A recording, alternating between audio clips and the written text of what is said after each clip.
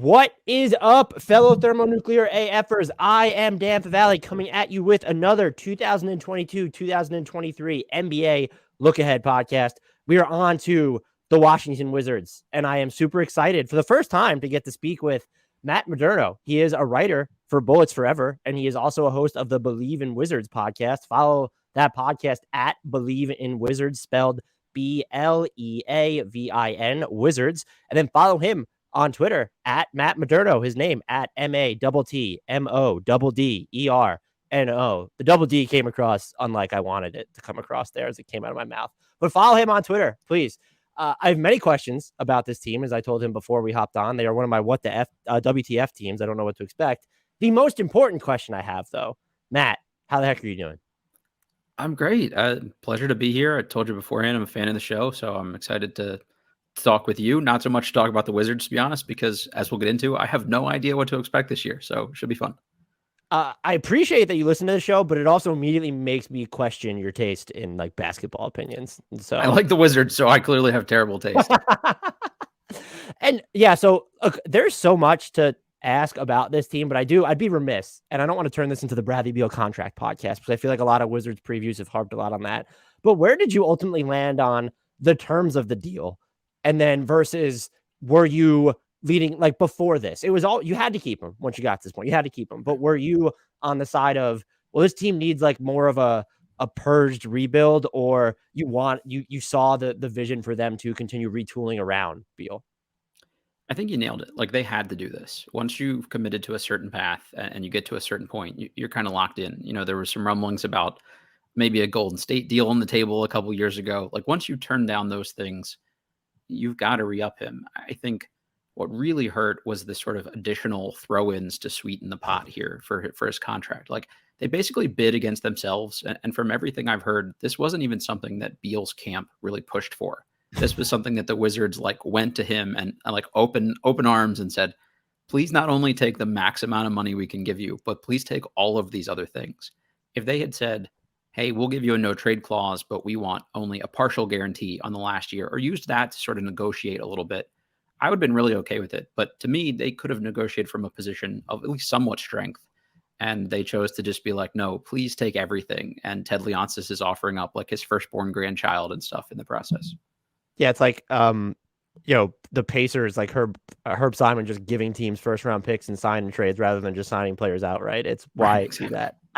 I'm with everything you said, and I don't even inherently have a problem with the player option. I think that's just Beal is good enough to have had that leverage if they really, maybe they didn't want to go through the trade kicker. I don't care about. They can get waived. A lot of it depends on how much the cap rises anyway relative to his max salary.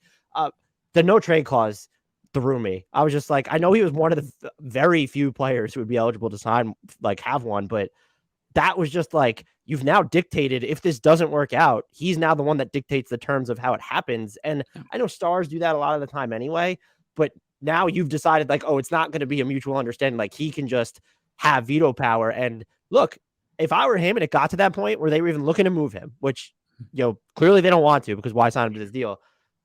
I would absolutely, if it came to the stage I'm in my career, like I'm absolutely going to use that leverage. I'm not going to let you send me to like a team I don't want. I'm not even going to insult it. I'm not going to let you send me to Sacramento. So it was just curious. And so overall, though, were you fine with their decision, though, to say, well, we're just going to retool around Beal in general? Or were you of the mind like, oh, this should have been more of a wholesale reset? This is one of those things where, like, as a fan base, I think the majority would have like opted for that sort of rebuild kind of approach. But I never really like let myself get to that point, because I know enough about how they think that was like never really on the table for them. So I just kind of never opened myself up fully to the possibility that they would even consider that. Like, you've got Ted Leonsis like banging his fist on the table, like Gorbachev or something, being like, hey, like we're never going to tank. Okay, well, maybe you could do a soft rebuild. There are like other degrees here somewhere in the middle, but this seems like what they really, really want to do for whatever reason, and they want to compete for the play-in, and, more power to them. So I think I've kind of resigned myself to that fate, at least.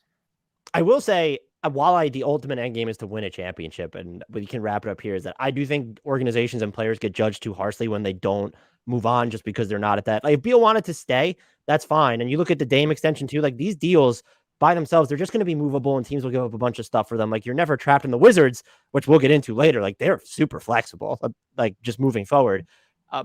It was really honestly the no trade clause for me that just like pushed me over the edge. I was just like, what are we doing here? But there's actual basketball to talk about with this team. And Beal last season, his efficiency just plunged everywhere, basically away from the basket. He did get shut down with the injury to end the season. Are you concerned about like this being something that lingers, or is it more the byproduct of this is a one-off, the team that was around him, and you would expect him to be right back in that, like one of the 15 to 25 best players in the NBA territory? I think the efficiency may never like fully recover to the levels when like Wall was kind of setting him up and stuff like that. But could he get back to, 2 or 3 years ago when he was like really scorching hot, as a scorer? But the 3-point shooting has gone down almost each of the last 5 years.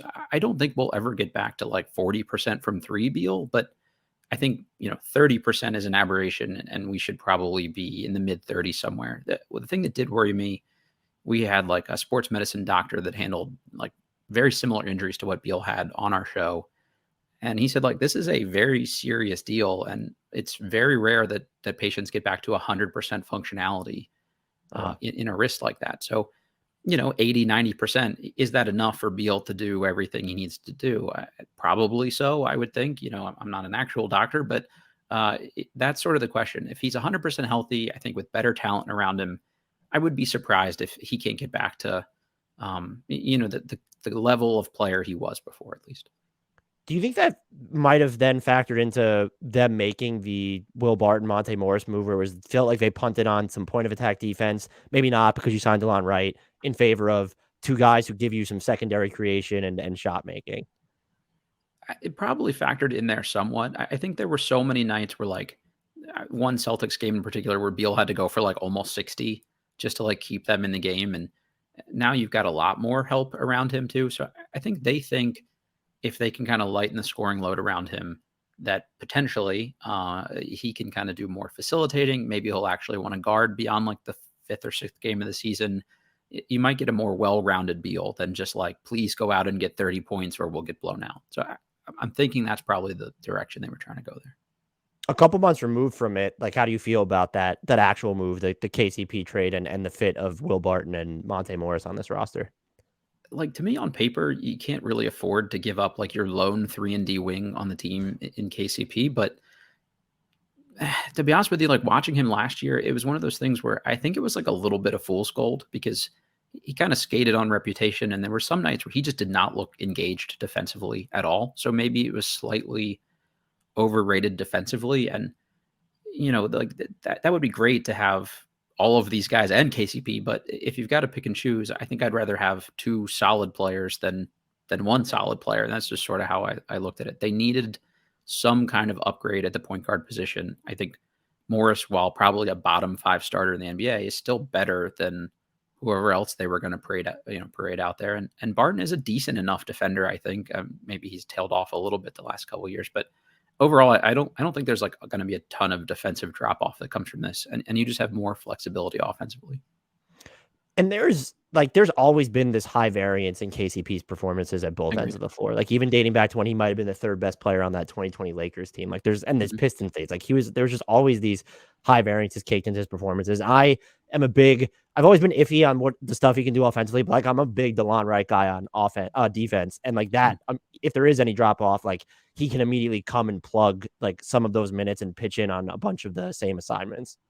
I also cringed every time KCP tried to do like his Bradley Beal impression last year, especially with Beal out. Like, him putting the ball on the floor and dribbling between his legs is like always a wild, adventure that I don't think Wizards fans are going to miss like all that much. So I think you got it slightly more competent consistently with the guys that you brought in. And I'm a big Wright fan too. So I really think I might have some spicier takes later about the role Wright could play on this team, but I think that was a really big pickup for them. Were you seduced by Kristaps Porzingis after the trade deadline? He had like his post-ups were actually pretty good, and historically those have been very bad. But just the real question is like any just overarching impressions of his game, his fit with Beal, which we obviously haven't seen. We weren't able to see to close last season. And then he's dealing with, what is it? I never keep track of his injuries. He's with an ankle injury right now. So is that anything serious? No, it doesn't seem to be. The team thinks that like he's actually like questionable to play in the final preseason game of the year. So I think there's a reasonable chance like he'll just be fine and ready to go on opening night. So I wouldn't expect anything kind of lingering from that. That was just one of those fluky, things that happens. This isn't, the start of some long-term KCP is dealing with this injury for the course of the year. I really liked the way he looked the last, I don't know, dozen games or so. And to me, I think the fit with Beal makes a lot of sense. Everything with the Wizards comes down to like role and fit. And that's really, I think, been one of their biggest issues. Under the Scott Brooks regime, there was this big thing like a third of the way into the year during that Russell Westbrook season where the players finally got together to talk about what they thought their role should be because the coaching staff had never defined that for them. That's like a huge red flag to me that no one's had the conversation with players about like what's expected of them. And then honestly, the same thing happened last year under Wes Unseld Jr. So maybe I'm just sort of overestimating how much like discussion and communication happens between coaching staffs and players. But for Kristaps, it's like, what do they want him to be? So far in the preseason, he shot like a lot of long jumpers. I don't know if that's sort of, exclusively that's his what favorite they expect. drug. Yes, that is. It is. So, but last year was like you said, a more steady diet of post ups. There were kind of mid post stuff. Like we saw more versatility, I think, in such a limited sample size than we had seen the last couple of years. So for me, I'd like to see him do a steady diet of everything. And even if the post ups are kind of like less efficient than they were in that small sample size last year, I'm okay with it just because it at least makes a defense kind of have to think, okay, he could do this, like maybe we have to kind of factor it into a game plan. I'm all for giving guys different looks. Yeah, if it's like a mismatch, I guess I just don't trust him to make like a decision other than trying to shoot in those situations, and Right. he'll never be close enough to the basket for me when he does.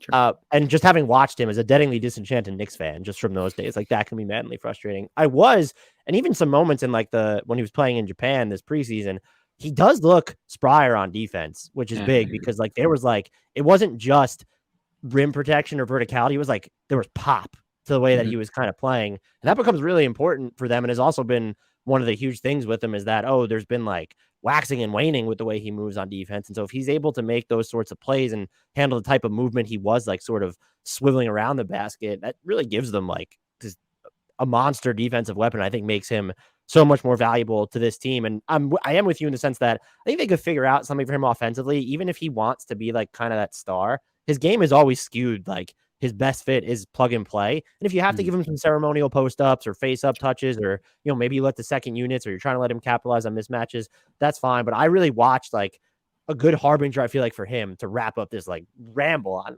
what I'm throwing at you is the way he's moving on defense and performing on defense is like a very good harbinger for how valuable that he winds up being to his team. Yeah, this team was like terrible defending the paint last year. And honestly, they were really bad in the Charlotte game the other night. They gave up like 20 points in the paint in just the second quarter of the game, which is like almost impossible to do.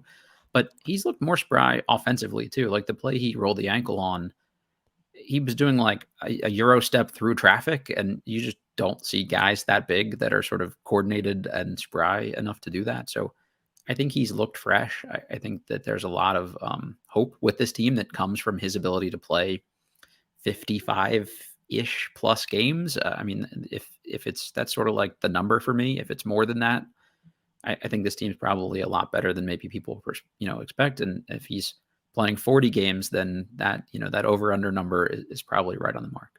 You're clearly going into this with eyes wide open because you mentioned 55. And I think a lot of people are like, well, if Kristaps gives you like 65 to 70 games, it's like, no, it's not happening. It's like, I was shocked. It was not something I tracked like after the deadline. He played 4 back-to-backs with the like both ends of back-to-backs with the Wizards. That has to be like a personal record for him. They were also like really, really conservative with injuries during this like exhibition tour in Japan because players like had a slight twinge of something. Like they just weren't going to take the risk and shut them down. So the fact that Porzingis played both of those games, I think already is like a pretty good sign that they're expecting him to be healthy and trying to get as much mileage out of him as they can. Kyle Kuzma had a fairly monster close offensively. It was like, I think it was 29 games. Bradley Beal's not there. His offensive usage sort of changed in those situations. Do you buy into his fit like as this complementary weapon on offense where it's yeah, he's kind of like gives you some 3, but it's always lower than you think it is. And he was super efficient for the Wizards off cuts last year. Just how do you view his fit, like in this a healthier version of the Wizards this year? And then also specifically, like he's going to be a free agent because he has that player option. So just do you consider him like a potential long-term part of this core? I might be like at least the vice president of the Kyle Kuzma Wizards fan club at this point. I really enjoyed what Kuzma did. A lot of that has to do with his sort of off court presence with the team as well, which we can maybe touch on here for a minute too. But on the court, he did tail off a little bit once Porzingis kind of factored into that mix. So that last 30 games overall was much more impressive than the first 2/3 of the season. But it was kind of a questionable fit, like who would do what when, and kind of my turn, his turn sort of thing. But overall, I just really like Kuzma's feel for the game. I think he might actually like have like a really long, really strong possibility of like leading this team in like hockey assists. He's actually a much better creator than I think he gets credit for. And I think that's huge on a team that maybe doesn't have like this sort of like pure point guard. Like Morris is fine. I don't think he's like the best creator for others. He's kind of more of like a complimentary guy, and same with Beal. So I think a lot of that falls on Kuzma. I think with Porzingis and Beal back, maybe you can rely on him to be a little bit more efficient and slightly lower usage. So if the production goes down, but the efficiency goes up, like I'm all for that. I think he kind of like fell off defensively a lot last year as the season went on. The effort was really there. It didn't show up particularly well from a defensive metric standpoint, but he's long. He's pretty switchable. I think you could maybe even see some like small ball 5 Kuzma action this year potentially, which I know we can talk about like weird lineups here maybe too, but I think that's one I'd like to see a little bit more of. But again, I think the biggest piece for Kuzma and the pitch I would make for players and or for fans at least to kind of back him as a long-term play is just this was the guy that pulled Deni aside and said every day after practice, like we will go one-on-one and we will work on stuff. One by one, they asked each of the young players, like, who was the guy that was most impactful for them during the season? And I don't remember a single player saying Beal, and every single one of them mentioned Kuzma. And I think for a long time, the Wizards have sort of been like resigned to having just like a locker room full of like knuckleheads, and Kuzma's done like everything in his power to not do that. So I think for me, that like kind of really swayed, me into the Kuz camp. To your point about expiring contract, that's sort of the question, right? Like at 4 years, $80 million and some change, I think he would be a beloved Wizard for the length of that contract. At 4 years, $110 million, this town would turn on him pretty quickly if he didn't kind of live up to that money. I had no idea about the stuff with like the young kids or his locker room presence. So you might have swayed me on the Kuzma experience a little bit more. His future is tough, and I think he can still be. Well, one, I want to ask you about that defense. You mentioned the center. Is that where you're more comfortable with his role? Is not defending centers, but like you prefer him against like those bigger, burlier, like I won't even call them wings, like combo forwards versus actual wings or smaller players. Yeah, I think so. I mean, there was a lot of discussion about like, well, if we start Rui and Kuzma together, like who's the 3 and who's the 4? I don't know if it matters. I think the extra length that Kuzma gives you probably puts him more naturally into that role. Like that we saw matchups against like Milwaukee last year, like Deni and Rui guarded Giannis more than Kuzma did, but I think that put like the onus on him to play more help defense and try to like weak side shot block and things that maybe you don't really want him to have to do, but he at least is more capable of doing than somebody like Rui is. So that makes a little bit more sense to me personally, but I don't think this team has like a lot of like really good defensive wing options other than potentially Deni. And even him I see as more of like a 4-3 than a 3-4. So they have a lot of non-wing wings is what it is. Exactly. Yeah. That's the whole roster. It seems to be like, Tommy Shepard's type, I guess. And his just this doesn't factor too much. I mean, I guess it could technically leading in the trade deadline. His situation is so tough because he's not going to sign an extension because giving him 120% raise off this number is just not going to happen. And so like you need to know either whether he wants to stay, one, but like what it's actually going to cost to keep him, so that you don't get burned and wind up losing him for nothing over the offseason. Yeah, signing trades could happen, yada, yada, yada. But like you just don't want to put yourself at that type of risk for someone who, regardless of where you fall in his defense, where you fall in like his complementary offense, like he's still very valuable to the makeup of this team. I think where they are at the trade deadline like totally determines what that decision will be. If they're in a play-in spot or in the playoff hunt. I think this team is more likely to be a buyer at the deadline. And we saw this with Davis Bertans a couple years ago. They had an opportunity to trade him for 2 first-round picks, and they were like, nah, we'll take our chances in the offseason, and threw a boatload of money at him. And that didn't work out particularly well for them, I'd say, overall, although it did help get Porzingis. But that's my expectation, is that they'll try to keep him and ride it out unless this team like totally craters or something like that. So I would expect them to at least be negotiating with him next offseason. You mentioned Deni Avdija before. He is a favorite of mine. I liked, and I went back and watched some of it for this podcast, but also because it was fun to watch in the first place. Him getting just a little bit more offensive agency when Beal was out towards the end of last year. Sees the floor just so well, can make like really good passes. There's some, like, I wrote about this once, there's some fuck you to him on drives too, where like guys will bounce off his shoulders.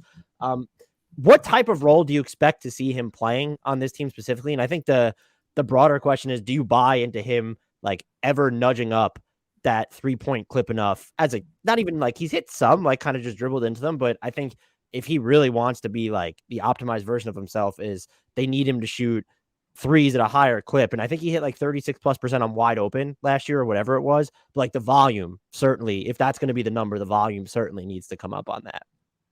I know this doesn't make for good audio, but can I just respond to you with like my palms up while I shrug? Because I don't know what to expect from Deni at this point. I want to like him so bad, but there was also a stretch about a quarter of the way into the season last year where it was almost more likely that he would airball a layup attempt than he would like finish strong through traffic. And again, I think this goes back to like putting guys in positions to be successful and like a role that fits them and suits them. Like right out of the gate, this team didn't know what they drafted, and which is bizarre to me considering how much international scouting Tommy Shepard in that front office likes to do. But they were like, "Oh yeah, this is our 3-and-D wing." It's like, well, he's better off like trying to be Lamar Odom than he is trying to be Mikal Bridges. Like it just, that's sort of being ignorant to his skill set, I think, if that's what you want from him out of the gate. So he got better as the year went on. I'm hoping that this offseason, really like helped kind of get him some confidence back, because to your point, like when it was good last year, it was really good. But Deni's one of those guys where when it's bad, it's real ugly. So I think as Wizards fans, some of us are more conditioned to remember like those few really ugly moments. Like I remember one particular game where he literally airballed 2 consecutive floaters. And it's like, how does an NBA player do that? And that probably wasn't even like the lowest moment of that particular game, but those things stick with you. And similarly with the defense, it's the same thing. Like he was really good overall, but I like to like call it Otto Porter syndrome, where like he would just like totally zone out and get beat backdoor on a big play. And you're like, he's the best defender on our team, but you can't kind of consistently trust him in big situations either. So he's a mixed bag for sure. I think his defensive activity is why I actually fell in love with him, because, and I guess I could see what you're saying, where it feels like he's probably better served like actually being involved in the action, where like if he has to navigate screens and stuff. But if you, I guess, you're stashing him way off the ball, like you watch this team way more than I do. I'm not noticing him get beat nearly as often. So where do you sort of land on his defense? Has he become, I viewed him as underrated because no one mentioned him when I'm looking at it from like a million feet away. I feel like people don't really talk about him, but then like you're there. Has it become like idiots like me are like, oh, Deni Avdija is underrated on defense, and it's, well, he's actually become a little bit overrated at this point? I'm pretty sure I wrote an article for Bullets Forever at some point last year addressing whether or not Deni Avdija had any realistic shot of making an all-defense team, because that's how high as a fan base we were on his defense, like a quarter of the way into the season. And it doesn't happen for Wizards particularly often. Larry Hughes is the last one to make an all-defense, or sorry, he's the last one to make a first team. Wall made a second team. But for Deni, it's like he's definitely probably the best defender that they have on whole as a team. It kind of came and went with the offensive confidence too. And they kind of weirdly like put him in the doghouse a couple times last year, and nobody could really figure out why. Same with Gafford. Look, arguably your 2 best defenders, and they would just like disappear from the rotation for long stretches of time. And no one ever really fully articulated why and what drove those decisions. So I think for Deni, the defense isn't the question. It's to your probably original question to me that I don't think I answered about the shooting. Yes, I think he'll get better. The problem with Deni, I think, is this is like a work harder versus work smarter situation. Like, yes, he gets the reps up. Yes, he works hard. So I think there'll at least be marginal improvement. But if you just have kind of like awkward form and you're really stiff, like no matter how many reps you take, you're probably only going to get so good. And Deni's a guy that the form has sort of noticeably changed, like from right before he got drafted to halfway through his Wizards tenure so far. It's just, they've got to settle on something for him. And a lot of these videos you see from him are him working out alone in the gym without team officials and things like that. Whereas like Rui, they worked really hard to like rep out his jumper with him and like work on the form and being consistent. And it looks like markedly better to me. And I think the results, other than this preseason, have kind of bear that out. Well, I have zero feel for Rui Hachimura. What is he? That's just my question. I sent you a whole spiel. What is Rui? What is Rui? Why is Rui? Who is Rui? I mean, this is like a very big existential thing. I honestly still don't know, and that's the problem. Like, there's this guy that came in as sort of like a mismatch 4, and he was like gonna like beat guys to the rim and shoot all these like mid-range shots, and then all of a sudden he was like this big wing defender, and you had all like the terrible draft comps to Kawhi because they both have big hands, but there was like one game where he defended Kawhi really well, and it was like, oh my God, like, do we have something here? And then the defense dropped off because he got bigger and slower. Like, he maybe bulked up too much, but then the shooting really came around. So again, he's another one like Deni to me. They're sort of different, but there's this roller coaster of like, they do different things, but they don't really do them at the same time. So you've seen flashes of like all this different stuff. And I think the big question for just both of them is like, what will they put together and what can they do consistently? For Rui, I actually have like more hope for him than I do for Deni personally. Like, I think there's a realistic world where like I've seen Rui play really good defense, again, limited sample sizes, but to me, it's more likely he does that consistently. He looks slimmer and leaner this year. Maybe that helps him on the perimeter a little bit more. But I haven't ever really seen like Deni be really effective offensively. So to me, that's like, there's like a further way to go for that. I might be kind of on an island with that amongst the fan base here, but I would lean slightly Rui over Deni. The question too is just, again, contract year situation. Like, do they have him in their long-term plans? Does it come down to what the contract is? I think the most Wizards thing here would be for him to like really turn it on late and put them in a lot of like an awkward position here of like, how big of a deal do we try to give him? Right. Or do we let him go somewhere else right as it looks like he's going to get good? And then we'll feel like we were burned if he's, the starting power forward for the Knicks next year or something. You're not on an island with Rui. We were talking about the Wizards and Donovan Mitchell on this podcast a couple times, and there were Wizards fans that responded on Twitter and on YouTube that were like, well, like, we wouldn't give up Rui in that trade. And I was shocked to hear that in general. I mean, even if you're that's a bad take. Is there something to when I've seen both of these guys on offense, Avdija and Rui, they're both very different. I do struggle to see how they can be like connective, where it feels like Rui feels like he's much better off operating kind of outside the context of everybody else. And then Deni just feels like he needs to, not that he needs to be on ball, but like that's the best way to keep him engaged or to use him.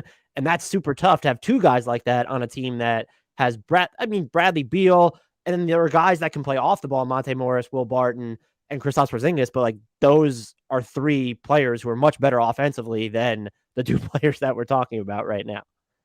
Yeah, I mean, that's really the challenge, right? Like, you've got some of these guys where they're sort of limited in certain things they can do, and they're not really like versatile guys. I think you'd want your like 6 through 8 guys to be slightly more plug and play, and both of these guys need like very specific context to be like their best selves. And to your point about Rui, like operating outside the offense, like I think there are definitely times where like other players stand around and watch him, and that's really not what you want from like the 7th best guy on your team, especially when your best couple guys are standing there. So Deni, I think, is best suited to be sort of that like secondary, tertiary creator for somebody. If he can hit some spot up shots, like that's great. But yeah, you're not going to give him enough of those reps to like really like figure out what you have there, and they still haven't figured that out. So I think they're just like a lot of open questions with both of them. And that's not where you'd want to be with lottery picks this many years into their career. When I was thinking about this podcast, like doing the Wizards a week ago, I realized I had like a very flimsy grasp of what Corey Kispert was as a rookie. So I went back and watched a lot of Corey Kispert defensive possessions. There was like he just understood what was happening away from the ball. And he was billed as this. What I knew about him coming out of college was, well, can he defend at the NBA level? And he's just going to sling it. His 3-point percentage did recover. Well, didn't like it went up towards the end of the year. Sure. What are you looking for with him in year 2? Is it just like, can we get this guy to like really juice up his 3-point volume and hit it at the clip that he was to close the season? And do you buy into what made him so effective on defense or maybe not effective if you want to say surprising on defense for this team? Yeah, like you always expect rookies to not be very good, but he was like pretty good for a rookie that everybody had low expectations for. Like he really competed on that end. I think, pre-draft, he did really well in sort of like the mobility related drills, like shuttle drill and stuff like that. He's kind of underrated as a lateral athlete, but he's smart enough to kind of put himself in those positions. I think multiple years in a college system, playing for a good coach, like those things seem to take hold with him. And I always think there's something to like, if you understand offense at a high level, that can translate to understanding how to defend offense at a high level. So I think there's some amount of that with Corey too. But for me, the big thing I want to see from him this year is just like arc on his jump shot. Like if you go back and watch him shoot a lot at Gonzaga, like from the college line, like it didn't seem to matter to him that he had this kind of flat shot. And last year they worked a lot with him on like just getting a little bit more shape on the jumper. And this preseason, I've got again really limited sample size. Like it looked really flat again. So I think they just need like one assistant coach to just like kind of like slap him on the palm every so often and be like, hey, or like in practices, he's like shooting over a broomstick or something to just like get a little additional arc there. Because like you said, once that kind of change took hold, the percentage went up like considerably over the course of the year. Daniel Gafford, will he be setting Gortat screens this season based off what I'm reading? Isn't that weird? Like as somebody who only like watches the Wizards, intently, like I don't even know what's really weird by their standards anymore because just like everything is. But you don't see other teams bring in. First of all, Gortat is like maybe the third best player of sort of the Wall/Beal era, which is wild to think about anyway. But teams don't typically like trot in former players to just come in for 2-week stints as assistant coaches and teach people how to set screens like that. That's bizarre from like an NBA level perspective, right? Yeah. I mean, you see it with like Hakeem Olajuwon used to work on post games with guys a lot, but it was like independent of the team. So yeah, and I mean, I'm not privy to the practices and we're not getting the footage that's coming out of Golden State's practices, unfortunately. So, but yeah, that is like, I was just reading that. I was like, oh, okay. And by the way, I've struggled to grapple with like, I know why you make the trade anyway, but you have Daniel Gafford and then you traded for Kristaps Porzingis. It's like, well, that's not really like the biggest vote of confidence in what you want him to be. And maybe they're just like, look, he might average like 8 fouls per 36 minutes in any given season. So we have to plan around this a little bit. I think for like any Wizards fans listening to this, it might be like an opportunity to mute or skip or fast forward or something, because I'm going to mention that Clippers game last year. That was like the darkest day for Wizards fans in a very long time, but they took Gafford out of that game where they gave up that huge lead and they kind of blamed the defense on him after, but the game really went south after he came out. So that's what I meant earlier, where like Gafford weirdly found himself in the doghouse a couple times last year. Like he'll like hunt blocks and sort of overreach on stuff and do some stuff that you just kind of expect from young players. I think maybe we kind of raised our expectations too high for what Gafford is based on that short sample size when he first got traded here. But he's somebody that like I think has a lot of potential. Is still really young, when you think about him in the context of the rest of the team. Like he's not that much older than the Denis and the Ruiz and stuff like that. So it was strange to me, but I thought that was a bad omen for him. And just the way they've been talking about Taj Gibson this offseason, you'd think that they just like went out and made this like huge offseason acquisition. Like I think the Wizards that's floor spacing 5 from the corners, Taj Gibson. Thank you very much. Exactly right. Yeah. I mean, we've talked about Taj Gibson the way the Cavaliers talked about adding Donovan Mitchell. And that says a lot about like where the Wizards offseason has been. But he's the one helping them set screens and he's blowing up cutters in practice and stuff like that. So it would not shock me to see it's like in the middle of December and somehow Taj Gibson has like stolen Daniel Gafford's spot in the rotation, because for whatever reason he just doesn't seem to be like a huge Wes Unseld favorite. That is wow. That would be very like Tom Thibodeauan of Wes Unseld. I hope I'm wrong, but I have like a strange hunch just based on the way that both he and Tommy Shepard have talked about Gibson. Do you have any early impressions of Johnny Davis's game and fit with this team, and whether like is he just going to be breaking case of emergency, or kind of looking at their wing depth of, well, we have wing depth, but they're not actually wings, they're like combo forwards, like you're mentioning the fours who are threes sometimes. Just anything on him? Yeah, I mean, it's not been pretty so far. Like summer league was really bad, and I was like there in person for it, and it's like this guy looks a little smaller than I expected, and sometimes it's just, hey, this guy's drilling everything in warmups, and then shots aren't falling because they've got sort of a weird, like we basically punt on summer league and add a bunch of like 26-year-old veterans that will never make an NBA roster. So he's not even like being seen in like a very good context. So I'm willing to excuse all of that kind of stuff, but it's not looked great in the preseason. It's looked slightly better around like other competent NBA players.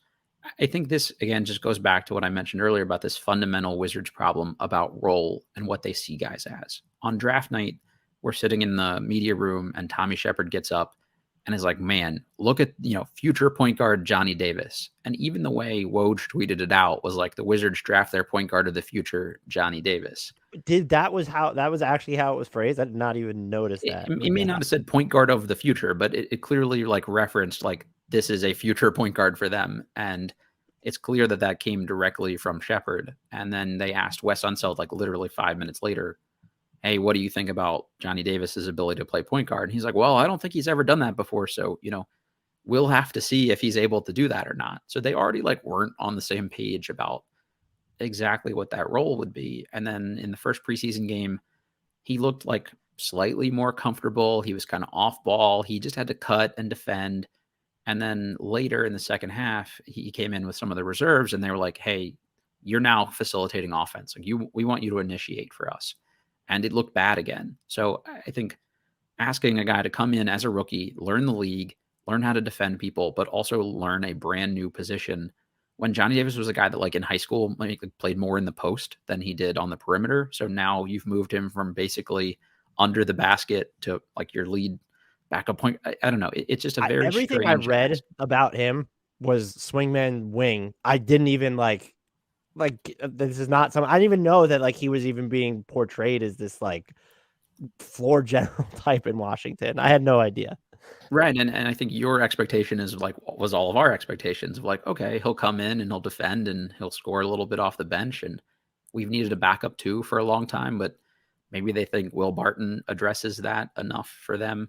So the Davis thing in this second half of this one of the Warriors games, when they asked him to facilitate, it looked bad. And they said, like, hey, Wes Unseld, why did you do that? And he talked about like, well, we really wanted to take him out of his comfort zone, which is strange to me that one, your GM thinks he can be a point guard, but your idea of taking him out of his comfort zone is to ask him to facilitate. But also, you should probably establish what someone's comfort zone is before you try to then take them out of it. So it's just about like setting guys up to be successful. And I don't think they're doing that with Davis thus far. So as bad as it's looked, I think it's as much their fault as it is any like byproduct of his level of play or ability. I mean, so more of the story is like he just shouldn't be he then is not factored into the plans this year. Because if they want him to be like a lead ball handler type, there's not room for that. Like they don't need that on this team right now. I wouldn't think so. It wouldn't shock me if like a third of the way into the season, he starts getting some amount of minutes here and there just to like see how he looks. Or I don't know, this team's like always snake bitten with injuries. So it wouldn't surprise me if they like suddenly needed him some amount. If Beal can't play as much as they expect with the wrist stuff, or Porzingis is out and they shift everybody down, if he averaged 10, 12 minutes a game over the course of the season and 4 or 5 points, like that wouldn't really surprise me. But if anybody's like looking at the FanDuel odds and wants to bet on Johnny Davis for Rookie of the Year, like I would caution them strongly not to do that. Keeping in theme with this podcast, I have zero feel for what this defensive ceiling is supposed to be for this team. Sure. I'm not as like they were first of all, they were like defensive darlings to start the year. Yep. I'm not as concerned if you tell me that both Gafford and Porzingis will be healthy. I'm not as concerned about the volume that they let up at the rim because at least they'll have those two guys near there to make plays. The addition of Delon Wright helps. I like Monte Morris defensively, I think, a lot more than other people do. Maybe Beal plays more defense than he has over the past 3 years. And I think I like Avdija there. Rui positionally gives you a lot of malleability. Ditto for Kuzma. But at the same time, just like I look at this group, I'm like, well, what are they supposed to be defensively? How should they defend? What are their strengths? Do you have any sort of feel for that with this roster? I think top to bottom, the defensive personnel with this group is better than it's been the last couple of years, like, as a whole. But I don't know what they're going to try to do. They've gone back and forth on like what they will and won't switch. They were sort of inconsistent about when they'd play zone last year. And it just became like, I think accountability has like always been a thing with this particular group. And every year you've got Beal saying some like variant of like, this is the year I try to make an all defensive team. And then by 10 games in, it's like, well, that didn't really last. And then a third of the way into the year, he's talking about, well, we can't guard a parked car. Or worst case scenario, there's a lot of him saying other guys need to start playing defense. And it's just like, okay, I mean, are we really okay with Neto switching on to Jason Tatum or whatever this year's equivalent of Neto is, like down the stretch of a game? There were so many times where it was Beal, it was Ish Smith, it was Neto. Like, you've got to decide what you're going to do if you play those types of players. So for me, I think just having like Wright as a backup, gives you a little bit more size and switchability and things like that. So the best version of this team is more switchable. You had Will Barton call Kuzma out the other night because he missed a rotation like in real time, which I thought was good from that accountability standpoint. And then at halftime, you had Kuzma talking about like, it's all about communication with this team. Like, we'll be as good as we can be based on how much, like our level of communication will dictate how good we are. And if you sit really close to the court in a Wizards game, it's like being at a library. Like, guys are worried they're going to get scolded if they're too loud. And just, you need somebody like being the quarterback of the defense. I don't know that I see, Porzingis doing that. So who's the guy who steps up and tries to do that for them? Honestly, I'd love to see it be Deni, because I don't think he kind of shrinks from a challenge. And I don't think he's afraid to, he was willing to call Bertans out last year twice and get into little scuffles with him. So maybe he'll do that to other guys too. But somebody has to like be the defensive leader, I think. Do you think this team is built now to be maybe more aggressive in the way that they'll defend? And will they do that? Because it's honestly impressive in how not okay it is that they were so like they committed a ton of fouls. I think they were like bottom 8 in foul rate, and then dead last in forcing opponent turnovers. And so it's like it's almost impressive that you could be so bad at both, is my point. Yeah, like if you were just, I don't know, if you fouled a ton but you forced a ton of turnovers, like I could live with that. But to your point, it's just sort of both extremes there, and that's like a very Wizards thing, I guess, from sort of my pessimistic viewpoint. Like, we seem to find ways to do the impossible and never in a particularly good way. But it should be one of those situations where, like, you have this team that you think you've built because they give you a lot of positional versatility. Like, how do you best use that and maximize it?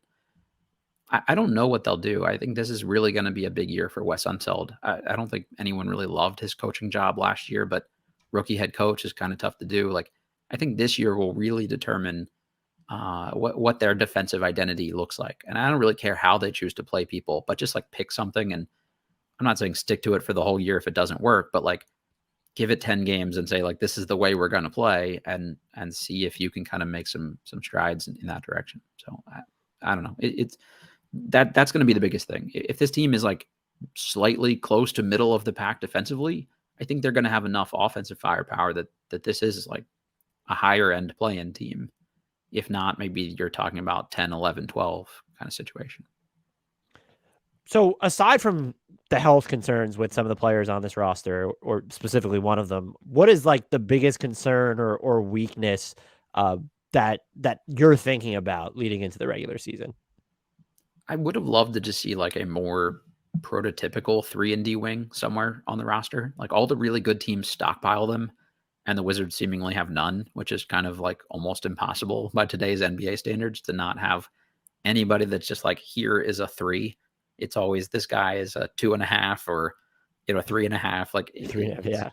It's that's just, the best way to phrase it. They're just loaded with 3.5s right now, is how it feels. Yeah, that honestly, that just must have been like what they were really in the market for when drafting. So that seems to be like the trend. So I would have liked to seen something like that. I think the real fundamental problem here is there's not like one glaring hole or position of need. It's just they're not particularly good anywhere across the board. Like, they could use an upgrade almost everywhere. Like, Monte Morris is probably a bottom 5 starting point guard.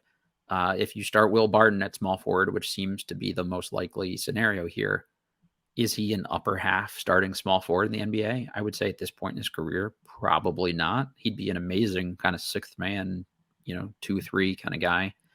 Beal, if he's not super healthy and not shooting at a high percentage and not guarding anybody, like that becomes okay. He is what he is. He's not maybe an elite number one scoring option for you. If Porzingis isn't healthy, that's a question mark. Can Gafford be consistent enough? Like Gafford's 24 years old, I think, and he can't seem to play more than 23 minutes a game yet for some reason, and conditioning is still a question. So it's just what are these guys? Like Kuzma could be more efficient. He could defend better. Like any one position you could pick out and just say if they had someone just better at that position, it would make a big difference for them, I think. Do they have any underrated strengths that you don't think are receiving enough attention as we get into the regular season? I think like secondary or tertiary like creation is pretty good for them, or playmaking.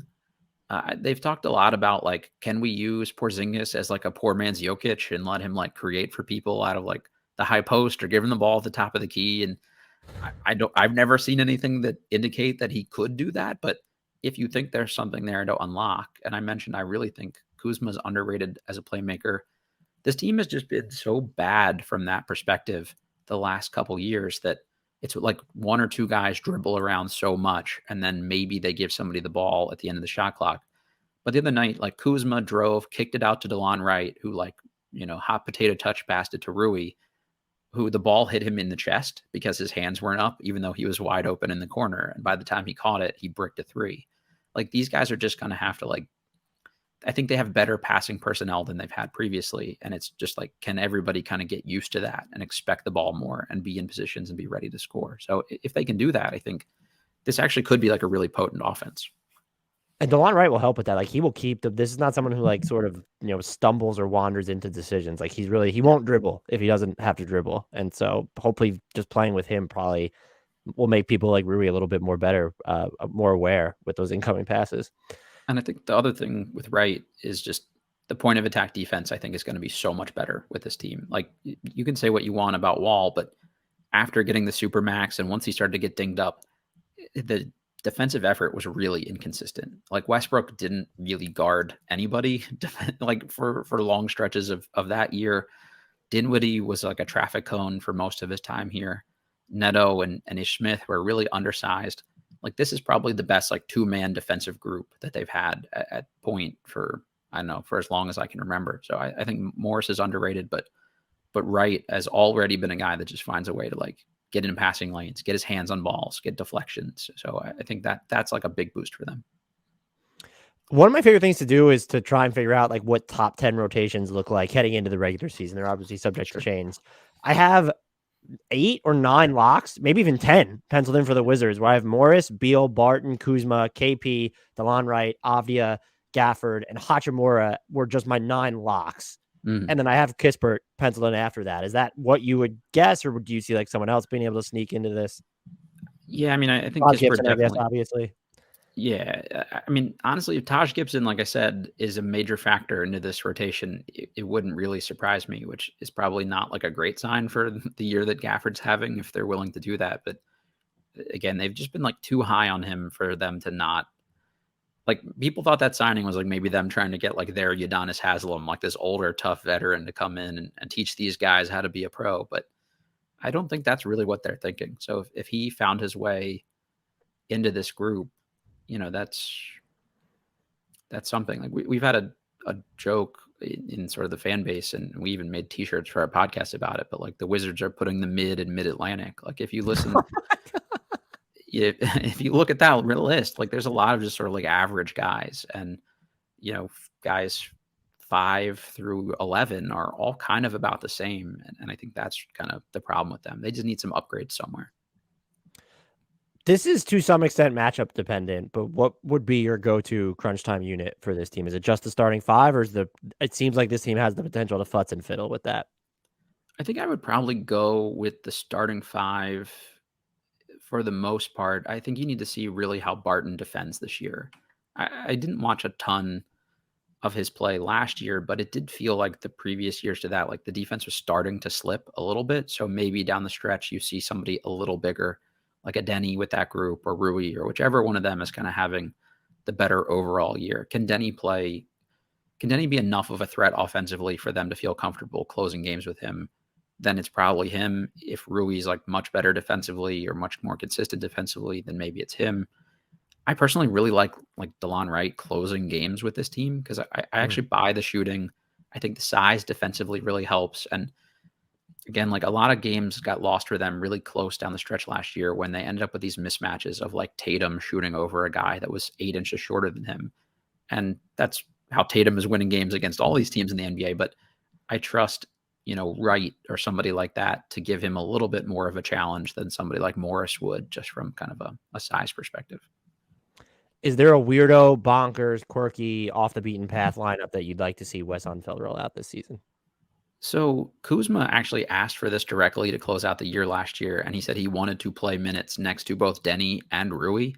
So to me, I'd love to see some variation of like Wright, Kuzma, Deni, Rui, Gafford, and just like be weird and run, or even Kuzma at the 5 for some amount of that, and you put Kispert out there with them, and just sort of be this like weird, hopefully switchable 5 guys, and just try to like put pressure on people, and you let maybe Deni push the pace and things like that in transition, and just try to play fast with that group. I think would be. You said weird, not good weird. So I have no idea if that would be like an effective group or not, but it's something I'd at least like to see. Yeah, it's like they could be morbidly curious. That's what a lot of mine were. And mine are along the similar lines, especially I find like after you said you wanted to see Kuzma at the 5 earlier in the podcast, give me like the all 3.5 and 2.5 lineup. Let's just go with Kuzma, Hachimura, Deni Avdija, Kispert's out there. And then look, fuck it. Let's throw Anthony Gill in there too. And I can't imagine that would be great offensively, but there might be some like defensive potential there. You mentioned Gill too, and that's kind of the one that I drew a blank on. Gill is interesting, and the Wizards have this thing where, like, you saw Anthony Gill start this preseason game the other night against Charlotte with Beal out, and they made it very clear that like he was taking Beal's spot in the starting 5 because they didn't want to mess up their bench rotation. So they even referenced like, oh, you might see Anthony Gill get some starts this year, like. So they're not afraid to just like take somebody like that who hasn't played in like 4 games and just make him a starter randomly out of nowhere, which I will personally never understand, but it's been like a very like typical thing in Washington. So I don't know if I would say he's consistently in the rotation, but it wouldn't surprise me to see him get like 7 or 8 starts this year out of nowhere. The Wizards win total over under as we record this is 35.5. Or would you take the over or the under on that?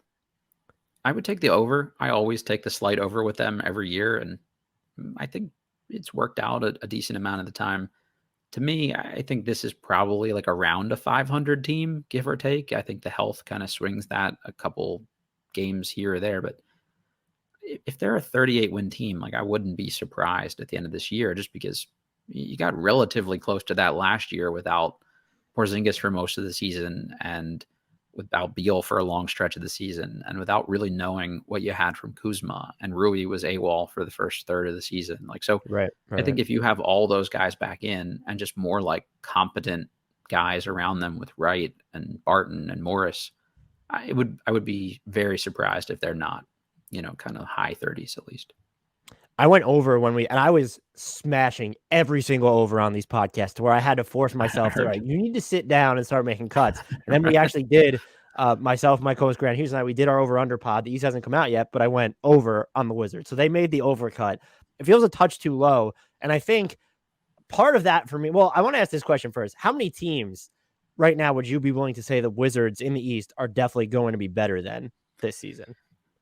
I mean, I would, if we want to go through them all, we can definitely do it. Like, it's Indy for sure. Indy for sure. Orlando for sure. I think Detroit for sure. I mean, although I like Detroit, I just think they don't have a ton of incentive to try to make the playoffs this year. If it happens, it happens. Charlotte, I think, is the worst team in the East. Oh, that is. I guess if you're thinking that LaMelo is not going to play a lot, then absolutely, yeah. So I think you could get to 4 where you could say, okay, they'll be better than them. I still feel there's something about Orlando, man. Their guard play is not going to be good, but I'm in love with Paolo Banchero and just their ultra big lineups. And then you mentioned Cade in Detroit. So there's but I think 4 right now.